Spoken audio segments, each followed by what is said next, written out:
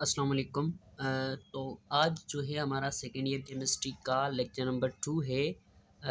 First lecture के अंदर हमने जो है periodic classification, periodic property, periodicity ये डिस्कस किया था और नेसेसिटी ऑफ क्लासिफिकेशन कि क्यों क्लासिफिकेशन करना ज़रूरी होता है, ये चीज़ें हमने डिस्कस कर ली थी।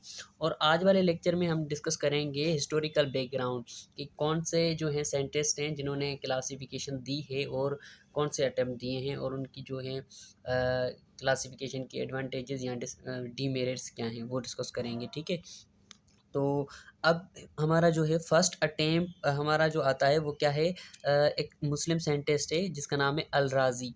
तो अल राज़ी ने जो है ना उस टाइम में जितने एलिमेंट्स डिस्कवर्ड थे उनको क्लासीफाई किया है। ठीक है, तो एक तो इसकी क्लासिफिकेशन जो है वो बेस्ड है किसके ऊपर, जितने भी एलिमेंट उस टाइम के अंदर डिस्कवर्ड थे तो इन्होंने उस एलिमेंट को क्लासीफाई कर दिया किसके अंदर, classified into metal and non-metals, into metals and non-metals, metals and non metals के अंदर इन्होंने क्लासीफाई कर दिया कि जो भी एलिमेंट्स हैं उनको एक को हम मेटल्स कहेंगे, दूसरे को हम क्या बोलेंगे, नॉन मेटल्स कहेंगे। ठीक है, अच्छा इस काम को मज़ीद जो एक्सप्लेन किया है, ज़्यादा आगे बढ़ाया है वो हम कहेंगे जे बर्ज़लीज़ ने किया है।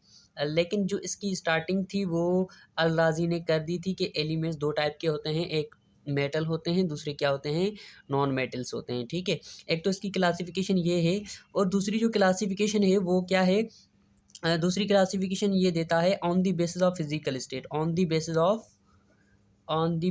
Of physical state of the elements, physical state के बेस पे ये क्लासीफाई करता है। जैसे बताता है कुछ चीज़ें क्या होती हैं, सॉलिड्स होती हैं एलिमेंट्स, कुछ एलिमेंट्स क्या होते हैं, लिक्विड होते हैं और कुछ जो हैं गैसेस होते हैं। तो ये फिज़िकल स्टेट के बुनियाद पे जो है एलिमेंट की क्लासिफिकेशन है। अच्छा उसके बाद जो है हमारा ये इतनी लॉजिकल क्लासिफिकेशन नहीं है क्योंकि इसका कोई भी साइंटिफिक बेस नहीं है, इतना लॉजिक नहीं है। और उसके बाद जो क्लासिफिकेशन आती है वो हमारी किसकी है, वो है डुब्राइनर की क्लासिफिकेशन। तो डुब्राइनर की क्लासिफिकेशन को हम देख लेते हैं। पहले तो ये डुब्राइनर कौन है, ये है जर्मन साइंटिस्ट है, जर्मनी का साइंटिस्ट है, जर्मन केमिस्ट है, जिसका नाम क्या है, जॉन डुब्राइनर। ठीक है, तो ये डुब्राइनर मैंने ऑलरेडी लिखा हुआ है। अच्छा इन्होंने क्लासिफिकेशन दी थी किसके अंदर, इन्होंने कॉन्सेप्ट दिया था क्लासिफिकेशन का ट्रेड्स का, गेव द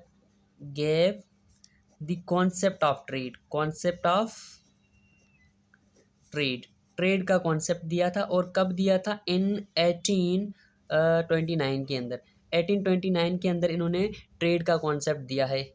अच्छा अब ट्रेड क्या है हम आगे देखते हैं हमारा एक्सप्लेनेशन के अंदर। अच्छा इसकी क्लासिफिकेशन जो भी थी वो किसके बेस पे थी, इसकी क्लासिफिकेशन टोटली बेस्ड थी एटॉमिक वेट के बेस पे। इन्होंने एलिमेंट्स को अरेंज तो किया था लेकिन एटॉमिक वेट के बेस पे अरेंज किया था, increasing order of atomic weight के अंदर रखा था। ठीक है, सो क्लासिफिकेशन वाज बेस्ड, हम ऐसे कहेंगे based on the atomic weights, atomic weight पे बेस करता था। अच्छा अब यहाँ पे देख लेते हैं ट्रेड को, उसके बाद हम जो हैं वो डेफिनेशन देखेंगे। ट्रेड बेसिकली किसे कहते हैं, ट्रेड का मतलब है a group of three element. Trade का मतलब क्या है, ट्रेड का मतलब है a group of three element, a group of three elements. ठीक है, तीन एलिमेंट्स के ग्रुप को हम क्या बोलते हैं, ट्रेड्स बोलते हैं। और ये कॉन्सेप्ट जो इंट्रोड्यूस करवाया था वो भी इसने ही इंट्रोड्यूस करवाया था। ट्रेड का जो वर्ड ये यूज़ कर रहा है वो भी डुब्राइनर ही यूज़ कर रहा है। ठीक है, अच्छा अब हम जो हैं आगे इसकी जो है स्टेटमेंट देखते हैं कि इस लॉ की जो है वो स्टेटमेंट क्या हैं और स्टेटमेंट के हिसाब से इनकी मेरिट्स और डीमेरिट्स को भी डिस्कस करेंगे। ठीक है, अच्छा तो अब हम देखते हैं कि इस लॉ की स्टेटमेंट क्या है। स्टेटमेंट का मतलब है कोई कुछ न बात इन्होंने बताई होगी। अच्छा तो स्टेटमेंट ऑफ डुब्राइनियर ट्रेड्स। ठीक है, स्टेटमेंट के अंदर ये बताता है कि इन दी ट्रेड, एक ट्रेड के अंदर, यानी ट्रेड का मतलब मैंने बता दिया a group of three element होता है। क्या होता है, a group of three element. तो it states that in the trade, एक ट्रेड के अंदर, एक ग्रुप ऑफ थ्री एलिमेंट के अंदर क्या होता है, the the atomic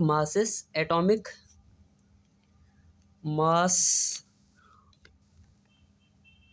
of middle element, atomic mass of middle element, बीच वाला जो एलिमेंट होता है उसका जो एटॉमिक मास होता है वो क्या होता है, वो ऑलमोस्ट क्लोज्ड होता है, क्या होता है, इस क्लोज होगा या इक्वल होगा, close to the arithmetic mean, to the arithmetic mean of two corner elements, of two corner elements. ठीक है, ये स्टेटमेंट समझ में आ रही है कि नहीं? अच्छा, यहाँ पे मैं एक्सप्लेन कर देता हूँ कि ये बता रहे हैं कि 3 एलिमेंट्स का ट्रेड उठाते हैं। फॉर सपोज यहाँ पे मैंने एक्स वाई एंड जी उठाया है, ठीक है, एक्स वाई एंड जेड उठाया है, ठीक है। तो ये 3 एलिमेंट है, ये 3 एलिमेंट का ग्रुप है, इसे मैं ट्रेड कह रहा हूँ। क्या कह रहा हूँ मैं? इसे मैं ट्रेड का नाम दे रहा हूँ। अच्छा, अब देखें कि इस स्टेटमेंट के मुताबिक ये जो मिडिल वाला एलिमेंट है इसका जो एटॉमिक मास होगा, क्या होगा, एटॉमिक मास जो भी होगा वो इन दोनों एलिमेंट का अगर हम अर्थमेटिक मीन निकालेंगे, उस अर्थमेटिक मीन का जो जवाब मिलेगा उसके इक्वल होगा। ठीक है, फॉर सपोज कि मैं कहता हूँ कि इसका एटॉमिक मास 2 है, इसका एटॉमिक मास जो है वो 4 है और इसका एटॉमिक मास क्या है, 6 है। फॉर सपोज मैंने एग्जांपल लिया है। तो क्या करेंगे, इन दोनों कॉर्नर एलिमेंट को, कॉर्नर का मतलब है साइड वाले जो एलिमेंट हैं उनका हम क्या निकालेंगे, अर्थमेटिक मीन निकालेंगे। अर्थमेटिक मीन निकालने का तरीका क्या है, जितने भी जो हैं वैल्यूज़ हैं उनको प्लस कर लें और जितने टर्म्स हैं उनसे डिवाइड कर लें। अब ये वैल्यूज़ हैं, एक तो 2 वैल्यू है हमारे पास, दूसरी क्या है, 6 है। तो कितने टर्म है, एक टर्म ये है, दूसरा टर्म ये है, तो हम दोनों से क्या कर देंगे, 2 से डिवाइड कर देंगे। तो इसका क्या मतलब बन जाएगा, 2 और 6 8/2। तो 2 का टेबल 1 मरतबा, 2 का टेबल 4 टाइम, तो हमारे पास जवाब क्या आता है, 4 आता है। तो देखिए इसका जो अर्थमेटिक मीन हमें मिला, जो इसका जवाब मिला वो क्या है, इनके मास के इक्वल है। तो ये बता रहे हैं कि एक ट्रेड के अंदर अगर हम 3 एलिमेंट का ग्रुप लेंगे तो जो कॉर्नर एलिमेंट का अर्थमेटिक मीन होगा वो क्या होगा, मिडिल एलिमेंट के मास के बराबर होगा। और अगर ऐसा होता है तो तीनों एलिमेंट्स की जो प्रॉपर्टीज़ होंगी वो क्या होंगी, सेम होंगी। ठीक है, तो हम यहाँ पे लिख देते हैं in the triad, in the triad, triad के अंदर जो एलिमेंट्स होते हैं क्या होते हैं, triad properties of elements are equal, properties of elements, elements के सॉरी ट्रेड के अंदर जितने भी 3 एलिमेंट्स आते हैं उनकी प्रॉपर्टीज क्या होती हैं,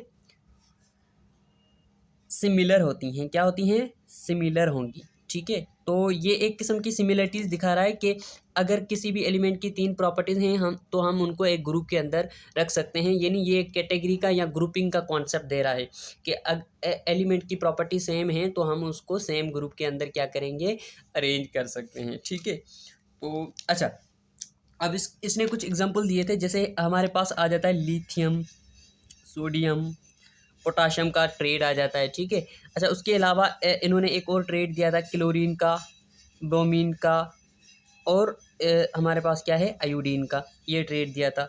उसके अलावा एक और ट्रेड आ जाता है, कैल्शियम हो गया, स्टोनशियम हो गया, और क्या हो गया, बेरियम हो गया। अच्छा, अब हम इनमें से एक दो को डिस्कस कर लेते हैं। जैसे लिथियम है, लिथियम का एटॉमिक मास क्या है, हमें पता है 7 है, इसका क्या है 23 है, इसका क्या है, इसका है 39 है एटॉमिक मास। ठीक है, तो अब हम देखते हैं कि इनके अंदर क्या है, लिथियम, और इनका हम अर्थमेटिक मीन निकालते हैं।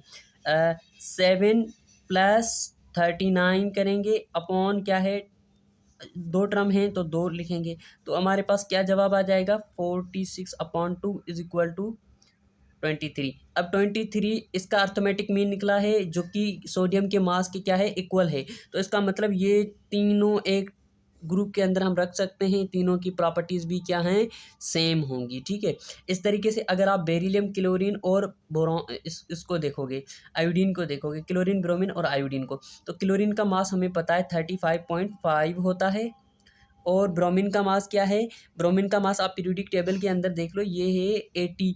ठीक है, और आयोडीन का मास क्या है, 126.5 है। ठीक है, तो हम निकालते हैं इन कॉर्नर वाले एलिमेंट का अर्थमेटिक मीन। तो 35.5 प्लस करेंगे, किससे प्लस करेंगे, 126 26.5 से। तो इसको प्लस करें और डिवाइड किससे करेंगे, 2 से डिवाइड करेंगे। तो इनका जवाब हमारे पास क्या आ जाएगा, इनका जवाब हम यहाँ पे कर लेते हैं कि ये क्या है 26.5 और ये क्या है, ये हमारे पास है 35.5। ज़ीरो यहाँ पे जाएगा, क्या इसका जवाब आएगा, इसका जवाब आएगा 12, 2 लिखेंगे और इसका जवाब क्या आएगा 6। हाँ, तो हमारे पास जो है जवाब इसका आया है 162.2। तो इसको डिवाइड करेंगे क्या होगा, 2 का टेबल 1 टाइम, 2 का टेबल 8 मरतबा, 2 का टेबल 1, ठीक है 81 आया है। ये नहीं मैंने कहा कि एग्जैक्टली इक्वल होगा, यहाँ इसके क्लोएस्ट होगा, ठीक है। तो क्लोज्ड है, क्या है 80 के 81 क्या है, बहुत ही क्लोज है। तो हमारा क्या बन रहा है, इससे क्या साबित होता है कि जो अर्थमेटिक मीन दो एलिमेंट की निकल रही है, वो अर्थमेटिक मीन क्या है, मिडिल वाले एलिमेंट के मास के इक्वल है। तो अगर ऐसा हो रहा है तो तीनों एलिमेंट्स की जो प्रॉपर्टीज़ होंगी वो प्रॉपर्टीज़ क्या होंगी, सेम सिमिलर होंगी। यही बात जो है वो समझाना चाह रहा है हमें जो है डू ब्राइनर। अच्छा, अब ये तो इसकी क्लासिफिकेशन हो गई, लेकिन अब इसकी क्लासिफिकेशन के अंदर कुछ ड्रॉबैक्स भी हैं। इनकी क्लासिफिकेशन इतनी सक्सेसफुल नहीं गई है। अगर इसकी क्लासिफिकेशन इतनी सक्सेसफुल होती तो क्या दूसरी क्लासिफिकेशन की ज़रूरत पड़ती, नहीं पड़ती ना। तो दूसरी क्लासिफिकेशन बनी है तो लाजमी इसकी क्लासिफिकेशन के अंदर कुछ ना कुछ डिफेक्ट्स हैं। तो वो हम डिफेक्ट्स डिस्कस कर रहे हैं, जिनको आप डीमेरिट्स बोल सकते हो, ठीक है। ये क्लासिफिकेशंस फेल तो होती हैं, लेकिन इनका फ़ायदा क्या है, इनका फ़ायदा ये है बेसिकली इससे एक दूसरे सेंटेंस को रास्ता मिल जाता है एलिमेंट्स को क्लासीफाई करने का, ठीक है। तो डीमेरिट्स को डिस्कस कर लेते हैं। डीमेरिट्स, पहली बात तो ये है कि इनका ट्रेड इतना सक्सेसफुल नहीं गया है। इनका ट्रेड जो है वो लिमिटेड है, कुछ ही ट्रेड, ये only few successful triads are made, only few, 3-4 जो हैं, 3 तकरीबन बना पाया है, फ्यू सक्सेसफुल ट्रेड बना पाया है, सक्सेसफुल ट्रेड्स बना पाया है। बाकी जो एलिमेंट्स है वो ट्रेड को फॉलो ही नहीं कर रहे, ट्रेड के मुताबिक ही नहीं है, ठीक है। तो वो यानी अगर वो ट्रेड के मुताबिक हम निकालें इस टेक्निक के मुताबिक, तो मिडिल वाले एलिमेंट का मास जो है वो अर्थमेटिक मीन के बराबर नहीं आ रहा। अगर बराबर आ भी जाए तो उनकी प्रॉपर्टीज़ मैच नहीं हो रही, ठीक है। तो जो सक्सेसफुल ट्रेड थे वो 3-4 थे जो इन्होंने बनाए थे, ठीक है। यानी सारे एलिमेंट ट्रेड के अंदर फिट नहीं हो रहे, तो क्लासिफिकेशन को हम एक्सेप्ट नहीं करेंगे। और जो है इसने खुद ने जो है लॉ को ओबे किया है। जैसे हमारे पास आ जाता है क्या, सेम ग्रुप के अंदर क्या होता है, सेम ग्रुप के अंदर को लॉ को क्या किया है, डिसओबे किया गया है, डिसओबे। अच्छा, किस तरीके से डिसओबे किया है, देखें यहाँ पे हमारे पास एक ट्रेड है, किसका है, कॉपर, और क्या है हमारे पास सिल्वर, और क्या है हमारे पास गोल्ड है। अगर आप, इसका मास क्या है 36.5 है, इसका मास क्या है 108 है, और इसका मास क्या है 197 है, ठीक है। अगर आप इन दोनों का अर्थमेटिक निकालोगे तो इसके इक्वल नहीं होगा। अगर मतलब ये क्या है, ट्रेड क्या है, मिसमैच है, यानी ये परफेक्ट ट्रेड नहीं बन रहा। तो इसने अपने जो है ना खुद के लॉ को डिसओबे किया है, यानी ऐसे कहेंगे सक्सेसफुल जो है ना ट्रेड एक ही बन पाए। और दूसरी बात, मेन रीज़न यही है कि उस टाइम जो है एटॉमिक मासेस जो थे वो भी डाउटफुल थे, ठीक है। इसका ट्रेड इस वजह से भी क्या है, फेल है, क्योंकि उस टाइम जो है एटॉमिक मासेस या एटॉमिक वेट क्या थे, एटॉमिक मासेस आर डाउटफुल थे, ठीक है। एटॉमिक मासेस के अंदर डाउट था, तो अगर डाउट था या एटॉमिक मासेस जो हैं वो फाल्टी थे, तो क्लासिफिकेशन तो सक्सेसफुल हो ही नहीं सकती, ठीक है। तो इसी वजह से ये फेल हो गया। और दूसरी बात, न्यू एलिमेंट डिस्कवर हो रहे थे, जैसे नोबेल गैसेस डिस्कवर हो रही हैं, उनके लिए कोई जगह स्पेस नहीं है।